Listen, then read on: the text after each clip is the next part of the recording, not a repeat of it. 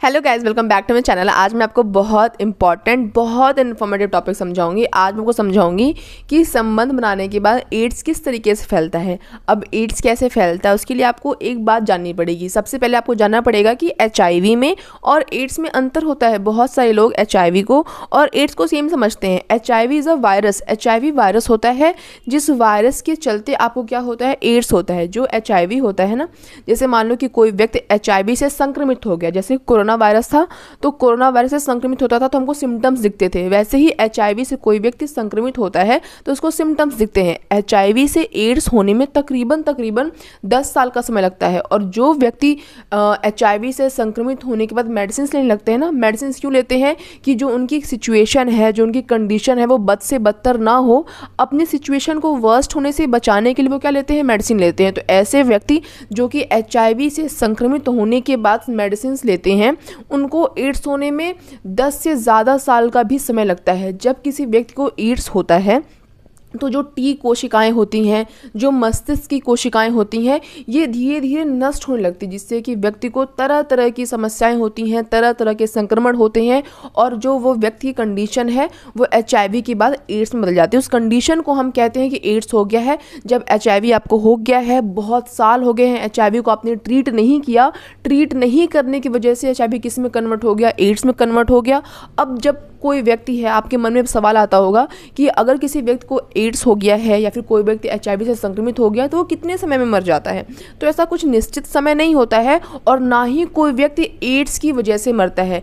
क्योंकि उसको एड्स हो गया है तो जो एचआईवी का वायरस होता है ना, वो आपके इम्यून सिस्टम को बहुत ही बुरी तरीके से प्रभावित करता है, इतना वीक कर देता है कि वो इंसान छोटे से संक्रमण से भी अपने आप को फाइट नहीं कर पाता, लड़ नहीं पाता, जिसके चलते इंसान बीमार रहता है और उसकी अंततः मौत हो जाती है। लेकिन ऐसा नहीं है कि हर व्यक्ति जिसको एचआईवी हुआ है या फिर जिसको एड्स हुआ है वो मर ही जाएगा। अगर वो प्रॉपर मेडिसिन लेता है, अपने डॉक्टर से संपर्क में रहता है तो दवाओं के बलबूते पे जितनी उसकी ज़िंदगी, वो आराम से अपनी ज़िंदगी को बिता सकता है। तो ये तो मैंने आपको बेसिक इन्फॉर्मेशन दी। इसके बाद मैं आपको एक और बहुत बड़ी बात बताने वाली हूँ। वो बड़ी बात क्या है कि आप सभी लोगों को पता होगा कि अगर कोई व्यक्ति को एड्स हो रखा है या फिर किसी व्यक्ति को जो कि एचआईवी से इन्फेक्टेड हो रखा है, अगर वो रिलेशन बनाता है, संबंध बनाता है, तो उसके पार्टनर को भी एड्स होने का खतरा, एचआईवी से इन्फेक्टेड होने का खतरा बना रहता है।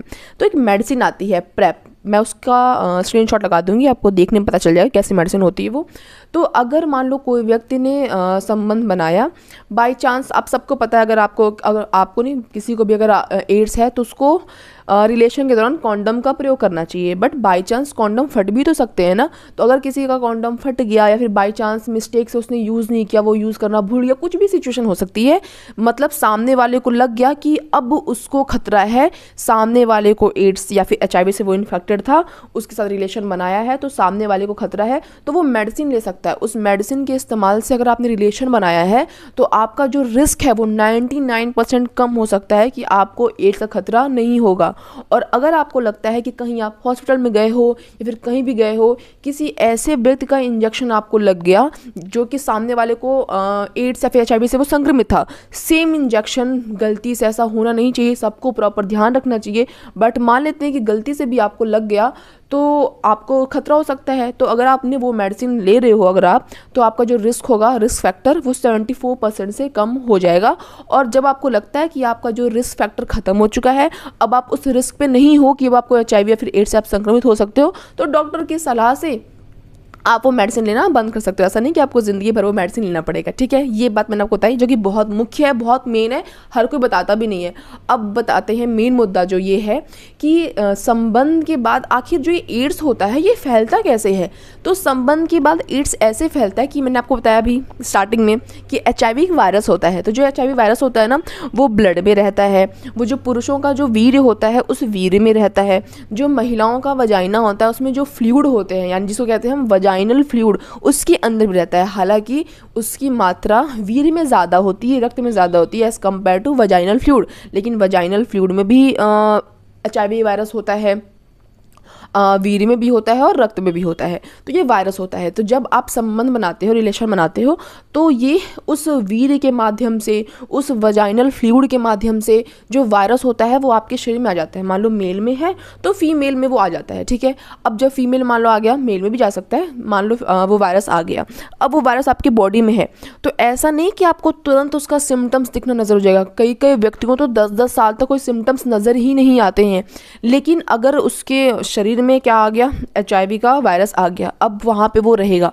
उसके बाद वो जो वायरस होगा वो आपके पूरे ब्लड में फैल जाएगा, आपको वो इन्फेक्ट करेगा। उसके बाद अगर आपको सिम्टम्स दिखे, सिम्टम्स कैसे दिख सकते हैं, सिम्टम्स दिख सकते हैं कि आपको हेडेक हो रहा है, आपको फीवर हो रहा है, आपको चक्कर आता है, आपके बॉडी पर रैशेस हो रहा है। अगर आपको कुछ भी सिम्टम्स दिखता है तो आप डॉक्टर के पास जाते हो, डॉक्टर आपको मेडिसिन देते हैं कि आप HIV से इन्फेक्टेड हो गए हो।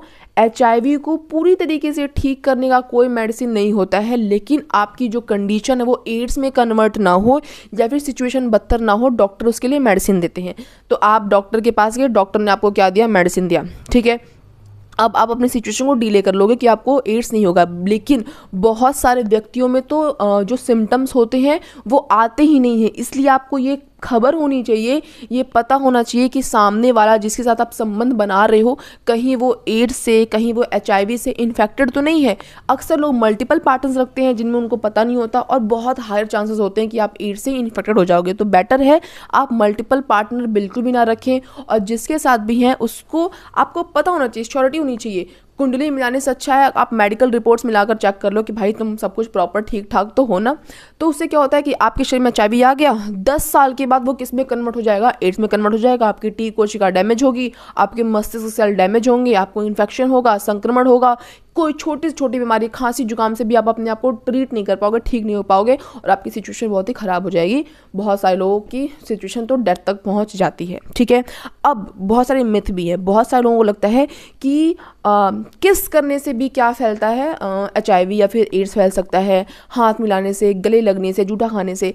तो मैं आपको बताना चाहती हूँ कि इन सभी चीज़ों से एड्स नहीं फैलता है। अगर किसी के साथ हाथ मिला रहे हो, किसी के साथ खाना खा रहे हो, जूठा खा रहे हो, पानी पी रहे हो, फिर पसीने से, बहुत सारे लोगों को लगता है कि किसी को स्वेट हो रखा है, पसीना, उसे जाकर अगर टच हो जाएंगे तो मुझे भी क्या हो जाएगा, एड्स हो जाएगा, फिर HIV। तो ऐसा भी नहीं होता है।